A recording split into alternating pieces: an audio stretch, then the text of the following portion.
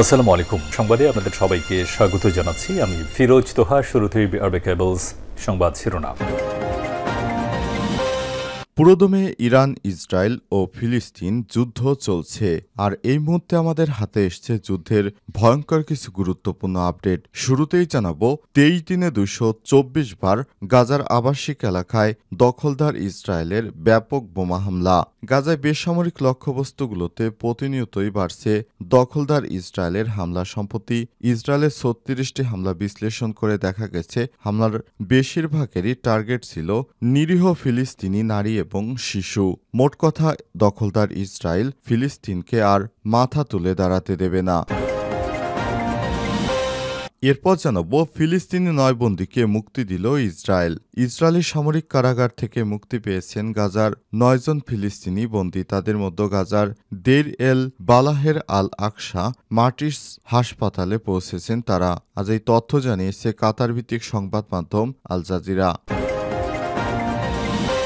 এদিকে ইসরায়েল কিভাবে এত শক্তিশালী রাষ্ট্রে পরিণত হলো? মধ্যপ্রাচ্যে মুসলিমের দেশগুলোর মাঝখানে ছোট একটি দেশ ইসরায়েল 1948 সালে 14 মে ফিলিস্তিন ছেড়ে যায় ব্রিটেন, আর ইহুদিরা ঘোষণা করে নিজস্ব রাষ্ট্র ইসরায়েলের। তখন থেকেই ইসরায়েল শুধু টিকেই থাকেনি, বরং তাদের পরিধি আরও বাড়িয়েছে। কিভাবে মুসলিম দেশের মাঝখানে এই ইহুদি রাষ্ট্রের জন্ম হলো এবং কিভাবেই বা ইসরায়েল এত শক্তিশালী হলো, এ বিষয়ে গুরুত্বপূর্ণ সংবাদ জানাবো, সঙ্গেই থাকুন। জানাবো রুশ ক্ষেপণাস্ত্র হামলায় উড়ে গেল ভারতীয় ওষুধ কোম্পানির গুদাম। রুশ ক্ষেপণাস্ত্র হামলায় ইউক্রেনের কিয়েভে অবস্থিত ভারতীয় ওষুধ কোম্পানি কুসামের একটি গুদাম ধ্বংস হয়ে গেছে। ইউক্রেনে ভারতীয় দূতাবাস অভিযোগ করেছে রাশিয়া ইচ্ছাকৃতভাবে ভারতীয় ব্যবসায়িক প্রতিষ্ঠানকে লক্ষ্যবস্তু করেছে। এবং সর্বশেষ জানাবো ফিরে এলেন আবু সাইদ মুগ্ধসহ 24-এর বীরেরা। নতুন বছর নতুন বাংলাদেশ থিমে এবারের বাংলা নববর্ষ উদযাপনে রাজধানী ঢাকায় অনুষ্ঠিত হয়েছে এক ব্যতিক্রমধর্মী ড্রোন শো।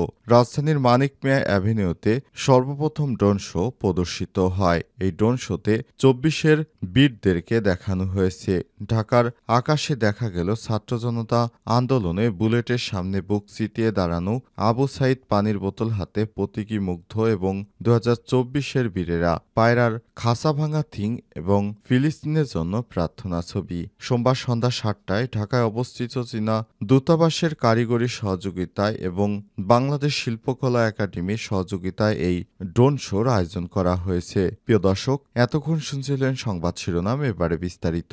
তবে তার আগে বন্ধুরা, অনুরোধ থাকবে এই সংবাদটিতে একটি লাইক দিন।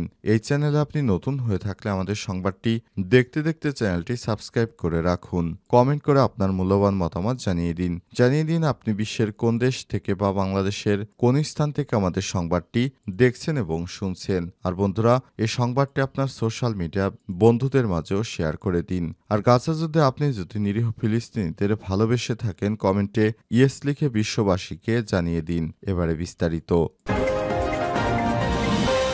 23 দিনে 224 বার গাজার আবাসিক এলাকায় ইসরায়েলের হামলা। গাজায় বেসামরিক লক্ষ্যবস্তুগুলোতে প্রতিনিয়ত বাড়ছে দখলদার ইসরায়েলের হামলা। সম্প্রতি ইসরায়েলের 36টি হামলা বিশ্লেষণ করে দেখা গেছে বেশিরভাগ হামলাই নারী এবং শিশুদের টার্গেট করে করা হচ্ছে। এছাড়াও 18 মার্চ থেকে 9 এপ্রিল পর্যন্ত আবাসিক ভবন এবং শরণার্থী শিবিরগুলোতে ইসরায়েলি হামলায় প্রায় 224টি ঘটনা ঘটেছে। আর জাতিসংঘের মুখপাত্র রাবিনা শামদাসানি এ বিষয়ে সতর্কবার্তা দিয়েছেন। তিনি বলেন, গাজা জুড়ে সামরিক হামলায় কেউ কোথাও নিরাপদ নয়। সূত্র এএফপি। গাজা নিপীড়িত মানুষের কথা উল্লেখ করে শামদাসানি আরও বলেছেন, যুদ্ধবিধ্বস্ত ফিলিস্তিনি ভূখণ্ডে লোকজন নিরন্তর ও জোরপূর্বক স্থানান্তর করা হচ্ছে। তিনি বলেন, সামগ্রিকভাবে আমাদের অফিসের নথিভুক্ত তথ্য অনুসারে মৃত্যুর একটি বড় অংশ নারী এবং শিশু। সে সময় এই কর্মকর্তা দের আল বালাতে আবু ইসা পরিবারের কথা উল্লেখ করেছেন। তার তথ্য অনুযায়ী একটি আবাসিক ভবনে ৬ এপ্রিল একটি মেয়ে, ৪ নারী এবং একটি ৪ বছর বয়সী ছেলে নিহত হয়েছে বলে জানা গেছে। উচ্ছেদের বিষয়ে তিনি আরও লিখেছেন, ইসরায়েলের সামরিক আদেশে বেসামরিক নাগরিকরা খান ইউনুস শহরে আল মাওয়াশি এলাকায় আশ্রয় নেয়, কিন্তু সেই এলাকার তাঁবুতেও হামলা অব্যাহত ছিল। ১৮ মার্চ থেকে এই ধরনের অন্তত ২৩টি ঘটনা রেকর্ড করা হয়েছে। এরপর সামদাসানি ইসরায়েলি সেনাবাহিনী ৩১ মার্চের একটি আদেশের কথা উল্লেখ করেছেন। সেখানে গাজার প্রাণকেন্দ্র রাফা শহরে বড় আকারে স্থল অভিযান শুরু হয়। ইসরায়েলের বাস্তুচ্যুতির বিষয়টি নিন্দা জানিয়েছে সামদাসানি। আরও বলেছেন, অধিকৃত অঞ্চলের মধ্যে বেসামরিক জনসংখ্যাকে স্থায়ীভাবে বাস্তুচ্যুত করা জোরপূর্বক স্থানান্তরের সমান। বিষয়টি চতুর্থ জেনেভা কনভেনশনের একটি গুরুতর লঙ্ঘন এবং এটি মানবতাবিরোধী অপরাধে সংযুক্ত। ফিলিস্তিন নয়বন্দীকে মুক্তি দিল ইসরায়েল। ইসরায়েলি সামরিক কারাগার থেকে মুক্তি পেয়েছেন গাজার ৯ জন ফিলিস্তিনি বন্দী। তাদের মধ্যে গাজার দের এল বালাহের আল আকসা মাটিসহ হাসপাতালে পৌঁছেছে। আজ এই তথ্য জানিয়েছে কাতার ভিত্তিক সংবাদ মাধ্যম আল জাজিরা। আল জাজিরা সংবাদদাতা জানিয়েছে, বন্দীদের ইসরায়েলি কর্তৃপক্ষ International Committee of the Red Cross ICRCর কাছে হস্তান্তর করেছে। যুদ্ধ হওয়া শুরুর পর থেকে নির্বিচারে গাজা থেকে গ্রেপ্তার করা হয়েছিল হাজার হাজার ফিলিস্তিনি বাসিন্দাকে। অনেকে কোনো অভিযোগ ছাড়াই আটক করে রাখা হয়েছিল। ইসরায়েলি কারাগারে নির্যাতনের শিকার হয়েছে অনেক বন্দী। এদিকে গাজা ইসরায়েলি অবিরাম গোলাবর্ষণ অব্যাহত রয়েছে। দক্ষিণে খান ইউনুসের বেশ কয়েকটি এলাকায় কামান এবং বিমান হামলা চালিয়েছে ইসরায়েলি সেনাবাহিনী IDF। বিশ্ব স্বাস্থ্য সংস্থা বলছে, ইসরায়েলি বাহিনী গাজা শহরে আল আহলি আরব হাসপাতালে বোমা হামলার পর চিকিৎসা সেবা ব্যাহত হওয়ার কারণে মৃত্যু হয়েছে একটি ফিলিস্তিনি শিশুর। হাসপাতালে হামলার পর বিশ্বব্যাপী নিন্দা বাড়ছে। গাজার স্বাস্থ্য মন্ত্রণালয় বলছে, উপত্যকাটিতে ইসরায়েলি হামলায় কমপক্ষে ৫০,৯৪৪ জন ফিলিস্তিনি নিহত এবং আহত হয়েছে ১,১৬,১৫৬ জন ফিলিস্তিনি। ধ্বংসস্তূপের নিচে নিখোঁজ হাজার হাজার লোককে মৃত ধরে সরকারি মিডিয়া অফিস মৃতের সংখ্যা ৬১,০০০ এর বেশি বলে জানিয়েছে। ইসরায়েল কিভাবে এত শক্তিশালী রাষ্ট্রে পরিণত হল? মধ্যপ্রাচ্যের মুসলিম দেশগুলোর মাঝখানে ছোট্ট একটি দেশ ইসরায়েল ১৯৪৮ সালে ১৪ মে ফিলিস্তিন ছেড়ে যায় ব্রিটেন আর ইহুদিরা ঘোষণা করে নিজস্ব রাষ্ট্র ইসরায়েলের। তখন থেকে ইসরায়েল রাষ্ট্র শুধু টিকেই থাকেনি, বরং তাদের পরিধি আরও বাড়িয়েছে। এরপর থেকে ইসরায়েলি রাষ্ট্র হিসেবে একদিকে যেমন শক্তিশালী হয়েছে, অন্যদিকে আরব রাষ্ট্রগুলোর মাথা ব্যথার কারণ হয়েছে। মধ্যপ্রাচ্য অঞ্চলের একমাত্র পরমাণু শক্তিধর দেশ ইসরায়েল। তারাই একমাত্র দেশ যারা শুধুমাত্র ধর্মের ভিত্তিতে সরাসরি নাগরিকত্ব দেয়, সেটা পৃথিবীর যে কোনো প্রান্তের ইহুদি হোক না কেন। ৭৭ বছর বয়সে বিজ্ঞান ও প্রযুক্তি, অর্থনীতিবিদ বা সমসাময়িক দিক দিয়ে বিশ্বের একটা শক্ত অবস্থান তৈরি করেছে ইসরায়েল। এটা সম্ভব হওয়ার পেছনে কাজ করছে বেশ কয়েকটি বিষয়। প্রথমত, পশ্চিমা সাহায্য। ইসরায়েলের এতটা শক্তির পেছনে পশ্চিমা বিশ্ব, বিশেষত আমেরিকার একটা বড় অবদান রয়েছে বলে মনে করেন বিশ্লেষকরা। দ্বিতীয় বিশ্বযুদ্ধের পর থেকে আমেরিকার বৈদেশিক সহায়তায় সবথেকে বড় অংশ পেয়ে আসছে ইসরায়েল। ইসরায়েলের জন্মলগ্ন থেকে ব্রিটেন, ফ্রান্স ও আমেরিকার সমর্থন পেয়েছে। প্রথম বিশ্বযুদ্ধের পর ফিলিস্তিন অঞ্চলটিতে ৪০০ বছরের অটোম্যান সাম্রাজ্যের অবসান ঘটিয়ে ঔপনিবেশ গড়েছিল ব্রিটিশরা। ফ্রান্সও এর মাঝে ছিল, যদিও এই অঞ্চলটি সমঝোতার ভিত্তিতে ব্রিটেন শাসনের অংশ।